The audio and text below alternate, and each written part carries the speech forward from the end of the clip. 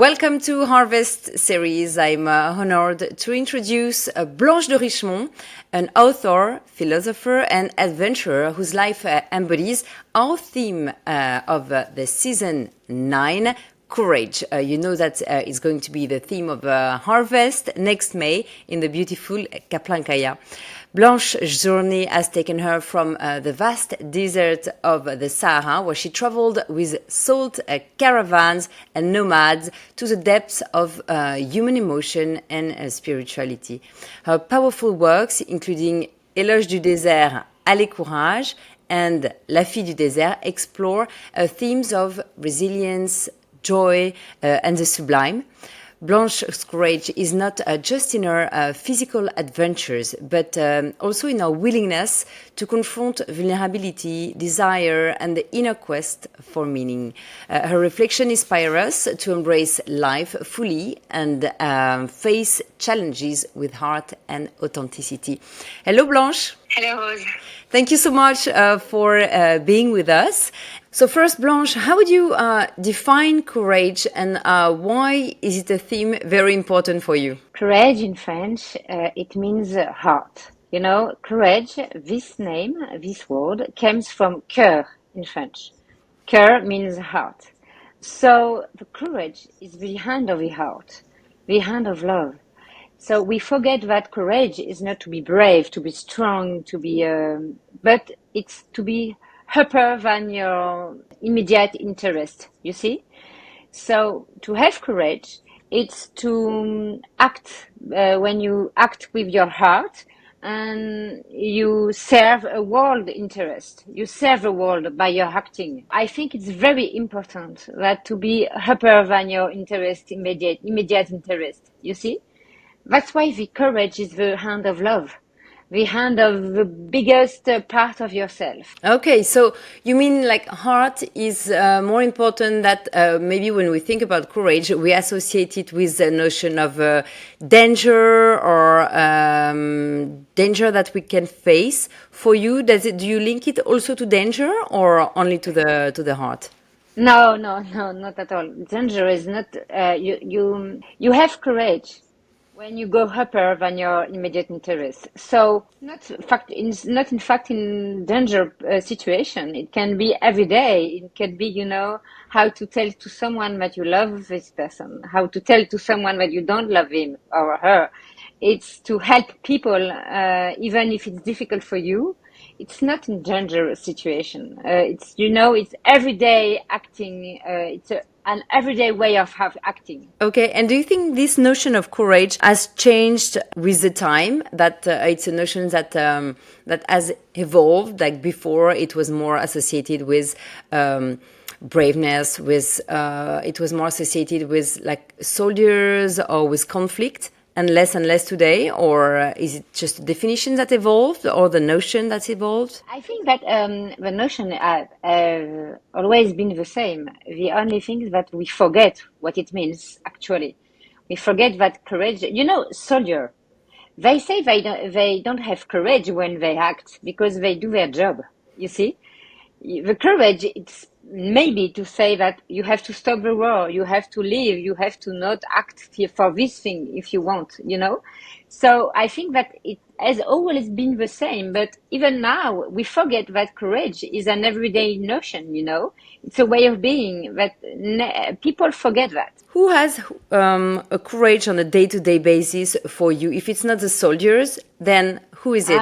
It may be soldier, but it may be everything, everyone, every day. The woman who is working in my street, it's just in a laundry. She makes 1 hour for RER for train to go to her work. She doesn't like her work at all. She doesn't like her chief, and she doesn't like everything she's doing every day. But she decided to smile every day. And when there is COVID, she put out her mask to show us a smile. She said, I want to be the smile of the street. This is courage, to be able to smile, even if you have a very, very hard life every day. So maybe everybody can have courage, everybody is concerned by this. It may be a soldier, of course. It may be a mother, everyday mother, who is with her children every day, and to be nice and strong every day, and to say no to her children every day. It may be, in job, in your company. It's to have the courage to say what you feel, to say what you learn, to say what you think, to have courage to say it, and to accept that people are not that don't agree with you, to accept that people hate you and don't like you. This is courage. Yeah, sure. So you put on the same level the courage to smile if you don't like a job, than the one of risking your life for your country or for a cause. Do you put these two courage on the same level, or do you have different level of courage for you? I think that courage doesn't have level. Courage is courage. It's not in the same. You know, I don't know. Maybe for people, I think it's easier to die for what you like, for what is important for you. It's easier to die for this, but to live without being, sad all the time. Maybe. Hmm. I don't know. Yeah, Nobody can judge this. You interesting. know, there is a word in French we say that it's easier to die with a woman you love but to live with her. It's not very nice, but no, but I don't know. I think there is no level. Courage is courage. Love is love. Joy is joy. We can't have level. In fact, my mother was in the sea in a boat, and there is a big storm. Her friend was falling in the sea. Her first emotion, instinct, was to go in the sea, to go in the water, to save him, to help him. But my mother, she's 70 years old. Is she able to help a man in the sea in the storm? No, she's not able to do that. So the courage is not to jump in the sea to help your friend. It's to stay here because people will come and will help him. But if you go to the sea, the people will come to help you. They will have a lot of work because they will have two people in the sea. It's just works. So sometimes the courage is not moving. It's just not moving at all. Okay, so courage needs reflection and Yes, pause against yes. impulse.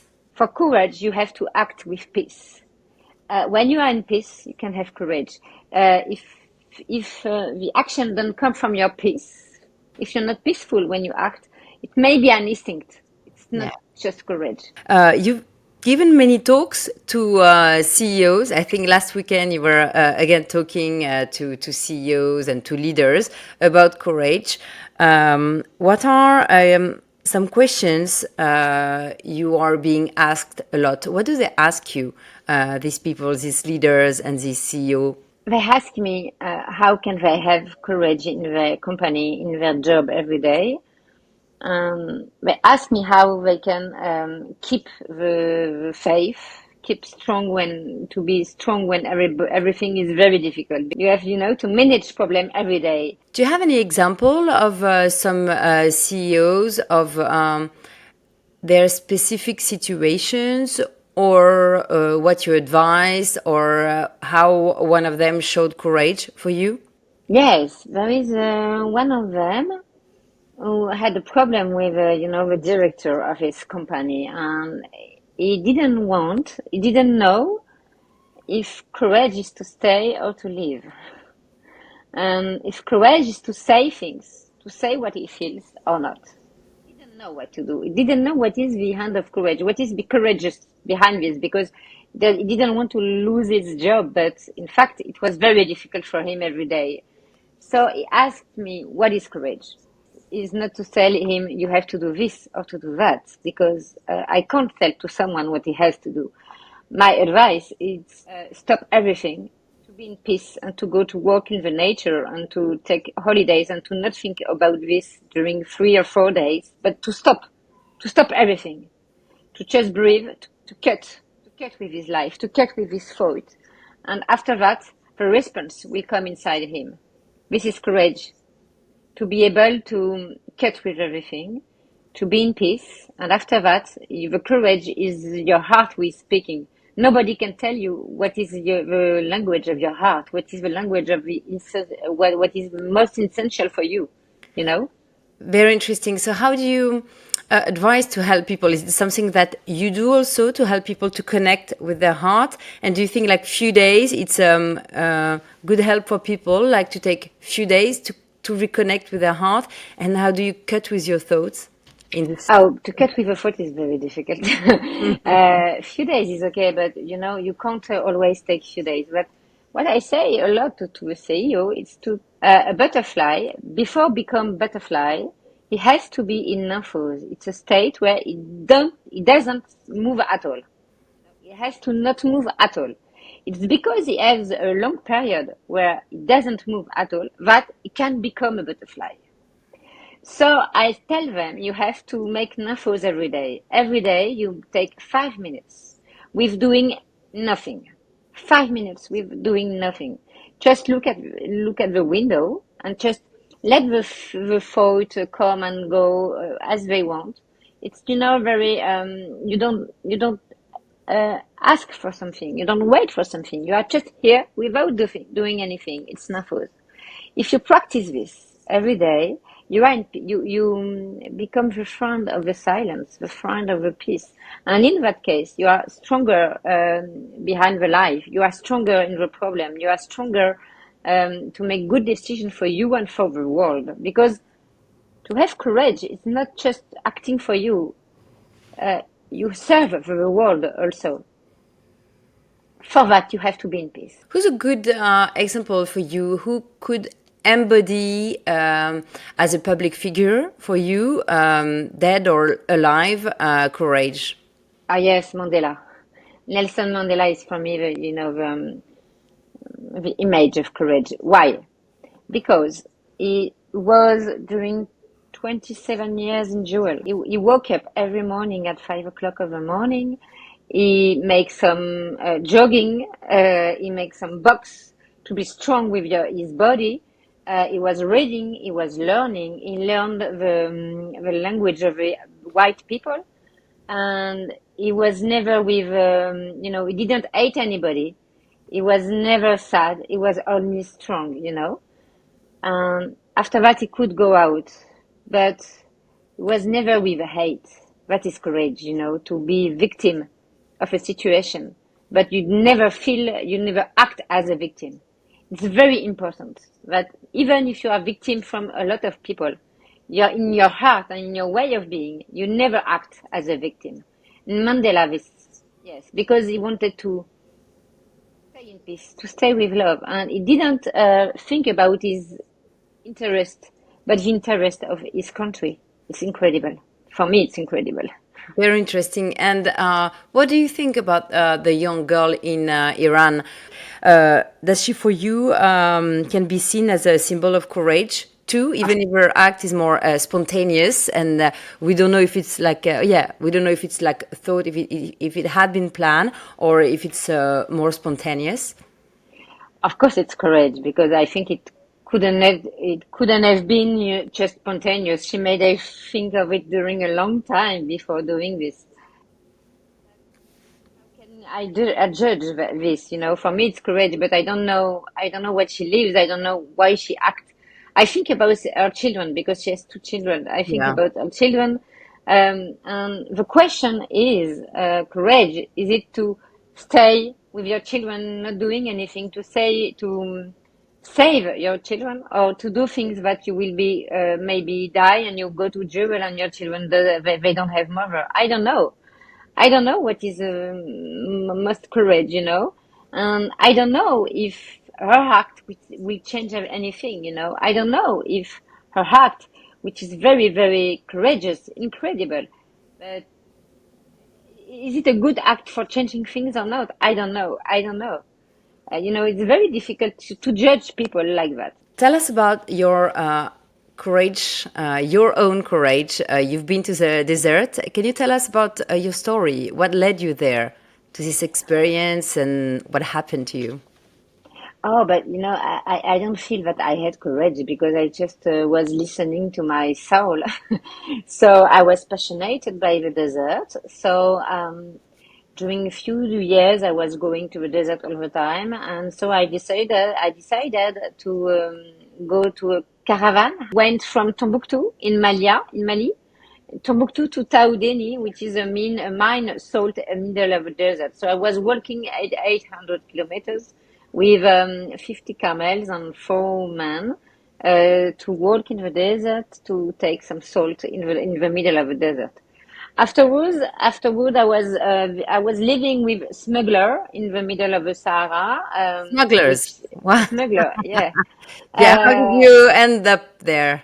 because they are not allowed because it's too difficult. So they knew that I went to Taoudeni by walk, so they accepted me, and I was in a big, a city in the middle of the desert with big place for cigarettes and arms, and it was incredible. So I was living with them here because I wanted to discover the other face of the desert, to know the dangerous face. After that, but we were with Kalashnikov all the time because it was a very dangerous place because a lot of terrorists from Algeria went to Mali to be in peace before going to Algeria again. So it was a very dangerous place, but I didn't feel in danger. I didn't feel it's courage. It's not courage at all. Maybe I don't need more courage to take care of my children every day. I don't know. Yeah, because it's you make what is important for you. You make that is, it's passionate. It's you live your dream. I don't say that to take care of my children is not a dream, but not every day. It's difficult to not be tired every day by the everyday things. After the smuggler in the Mali, and we were with Kalashnikov. I went to Afghanistan, I went to Kabul, and we went also with Kalashnikov all the time. But people say it's courage. Not for me. It's not courage. That's not that I don't realize. That's just because Okay. I make what I like, so I don't need courage for that. Okay. Courage is if I had a problem, there, and I have to choose between my family and my country, something like that. Here, I need courage, but I didn't have that. Okay, interesting. So tell me more about the situation with the Kalashnikov in desert. Which lesson did you have from it, and Uh, did you fear? Did you experience fear at some point? One time, because I was with a man, a Tuareg, SUV, I don't know, in the desert, and we wanted to go to the city of a smuggler.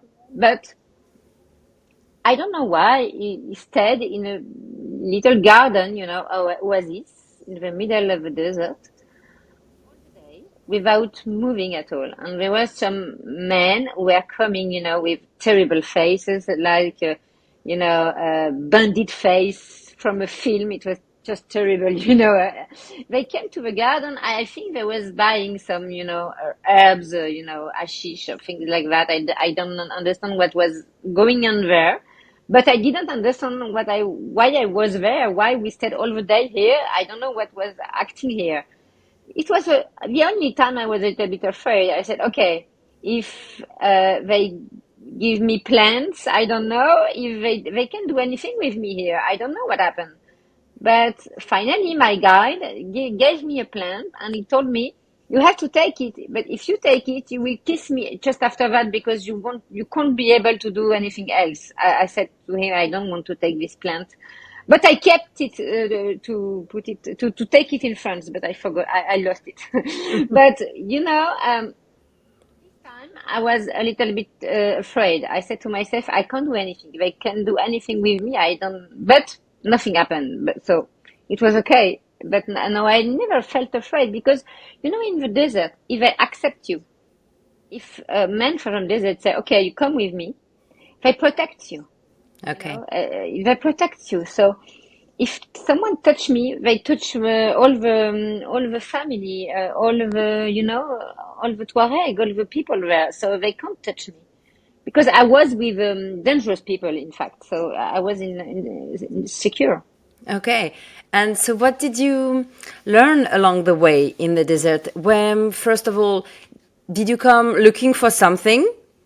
Did you find it? And what else did you find? Oh, with a smuggler, I didn't learn anything because it was just adventure, you know. So it was not an inner expedition. It was an outside expedition. But I learned something. But you know, it was very hard life in this city with the smuggler. It's not a city. It's just hangar. I don't know how we say it. Just big place with just cigarettes and arms. It was incredible. But you know, every night I was sleeping under the star, without tent, just with a star, and I was telling me that even if it's very hard, even if people are very hard, always the beauty is there, always the magic life is there because the sky is there. And I learned that it was incredible to be able to see the beauty of the world everywhere you are. This was incredible. But when I was with my caravan, when I was walking in silence with 800 kilometers, I learned a lot of things. I learned, first of all, I learned to be the friend of the silence because I didn't speak at all during 1 month. And because of that, now I I can go to the desert. I can live without going to the desert, just to keep silence, to be, we have a whole desert inside us. We have whole little oasis, you know, which is just unique. And it's just possible to go there with your silence, with peace. So I don't need to live now. I just live with my heart. I just live with my silence because of the desert. I felt in the desert also that we are much more able to do a lot of things that we think. So a lot of you know, we always think that me this, I can do that, I can't do this, I can do that, I can't do this. But you are much more bigger than you think. You are able to do a lot of things. It's incredible what you are able to do, and you forget it. And you know, uh, difficult situation. I say this also to the CEO. You have a problem in your company, you have a problem in your family, you have a problem in your job. It's the you know, it's the occasion to learn that you are able much more that you can. It's an occasion. You came for to the desert because also I think you lost your brother. It was a very tough experience for you. Is that one reason why you went to the desert? I was fascinated by the desert before he died. But you know, when you suffer, you don't have any choice because when you suffer, you have to listen to your soul. You have to act with your soul because everything you learn, everything you have, everything you do, lose its interest. So you feel that if you don't realize your dream, you can't live anymore. That so it was I win sometimes, you know. I was fascinated by the desert. I would have go to the desert anyway, but I had to go now to survive. So it's just I earn time. I earn time, you know. And it added some depth maybe to the experience. Yes, yes, yes. Wow. Okay. And in this context, joy is also something, an emotion very important for you, or can we qualify it like an emotion for you, or a state of mind, or something you have to pursue? It's not an emotion. It's not a state of mind. You know, the joy is, I think so. I learned it because I was with a man in India, which spent 18 years in silence in Himalaya.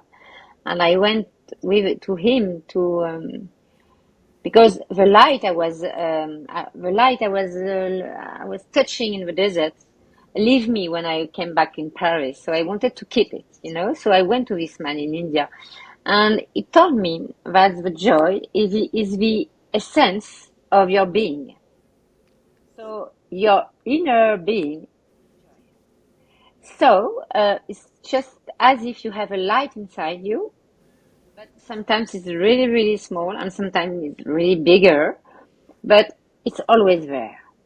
So what you are, your intimacy is joy, but your work, it's to it's to work to put this light out, to touch it every day. It's a work, to never be. You can be sad, joy is there. Also, when you are sad, you can cry all the day, but you can just smile and laugh in the middle of your tears. Yeah. So joy is always there. One day I was with Seiyu in Singapore and I told them, look at this tree with the sun and the birds. It's just incredible. It's so lovely. It was a big, big, big tree. And one of the Seiyu told me, Blanche, you are very nice with your little birds and your sun and your trees, but I will have a big joy when the France will win, the rugby, the cup of rugby, the rugby cup, against, I don't know that.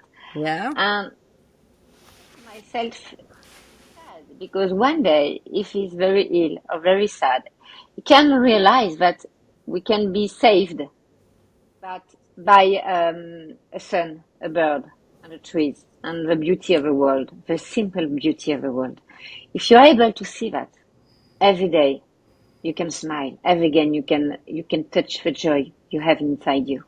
I guess what resonates with me is like even if you put like a lot of courage, a lot of smile, a lot of love, sometimes also you will have like failure.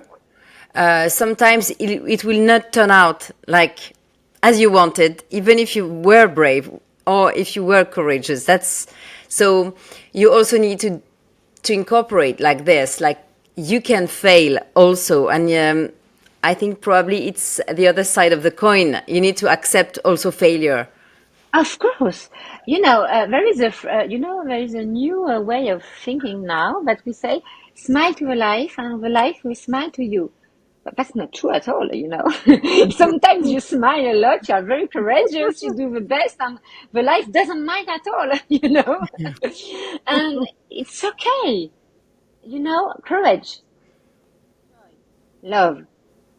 It's not to have results. There is something very sometimes Okay. no result. You Hmm. don't act to have a result. You would like to, and it's better to have a good But result, yeah. but sometimes there is not at all. So you don't act to have results.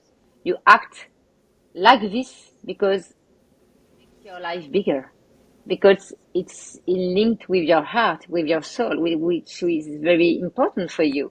You act for this reason, not only for result.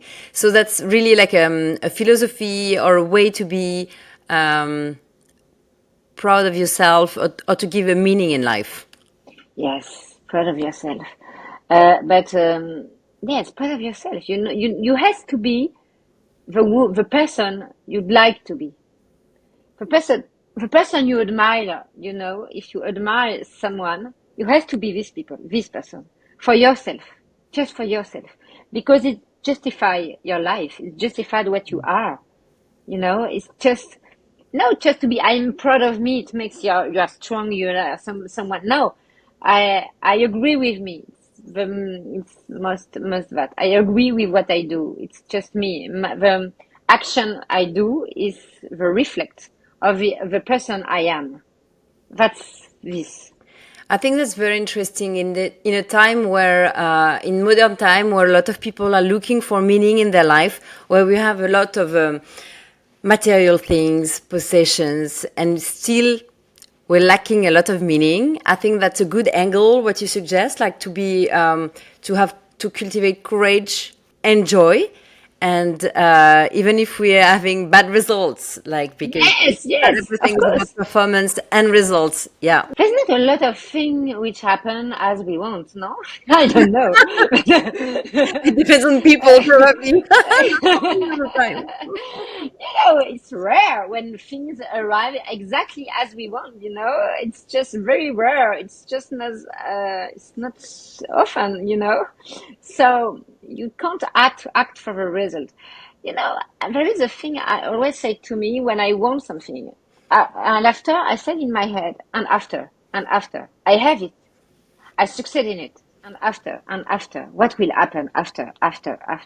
And when I make this exercise with myself, I understand that after I would always want something else, always something else, always something else, always something else. But if in myself I don't feel happy, I don't feel in peace, I don't feel in harmony, even if everything is going out, even if everything is going well, because it's too easy to go to be well and to be happy when everything is going well. It's too easy, it's just we are always running after something else and just to be in your peace, in your salle, in your line. Totally. So, for example, your uh, your leader who was wondering if he had to quit his job or not, probably after a few days, if he realizes he has to quit, he has to say bye bye to his big salary and to his big job, and then it's hard for him to find a job. What you mean is like at least he will have inner peace. Of course, it will have. I had a message from him. A few months after, he said, "Okay, I changed my job. I get divorced also. No, it was not my fault. Huh? I didn't do anything for that. But he sent me a message. Few months after we have this discussion, and he told me that, it's very hard, but you told that I don't have to be, to be the slave of what I have. Now I understand that, and I spent a very hard period, but I know that what will happen now will be the reflect of what I am, and I am sure that it will be okay. Now my life will be the reflect of me. I won't be disturbed all the time between what I am doing every day, which is not me, and suffering every day. I suffer because it's very hard, but it's not the same suffering. Yeah, I suffer to be in my way. When you suffer because you work in your way, it's not the same suffering. yeah, The worst suffering is when you suffer because everything you do every day, everything you act, you say every day is not you. yeah. I can relate to that. And on relationships, what is it to be to show courage in a relationship, Blanche? I think to show courage in relationship, there is two things. The first thing is to say what we feel, if it can help the relationship. You say things which are hard, but it can't help anything because the people behind, the person behind you can't do anything with this. Courage to maybe keep it with you because it would just hurt her or him, hurt this person, but not help her. Just to be courageous to just only say things that can help people, not tell things that can hurt people. But you tell what you feel, you tell what is important for you, and after that, even if people are very, very horrible, you never become horrible. Resonates a lot with an episode, an interview I made with Subten Jinpa. He was a translator of the Dalai Lama. And it resonates with what you say. It said, like, talking about anger, someone has to leave anger first. So someone has to, yeah. And it That's it. resonates a lot with But, what. it's very courageous. That's why I think about Mandela because it's very courageous to not become like that, to not become as mean that people who are mean with you. It's very courageous to Yeah. be strong in yourself. Without being a victim, neither. This is With a little bit of very, boundaries too. yeah, Yeah. yeah. You never speak as a victim. You never speak as a victim. Your position is never a victim, even if you're a victim. The problem is now, it's a big, I don't know if it's our society or is always like that, but people are always speaking about victim from. Um, you can speak and tell everything you want, you feel, but in your way of being, you are never a victim. Because something is stronger than anything in you. Right. Well done, Blanche.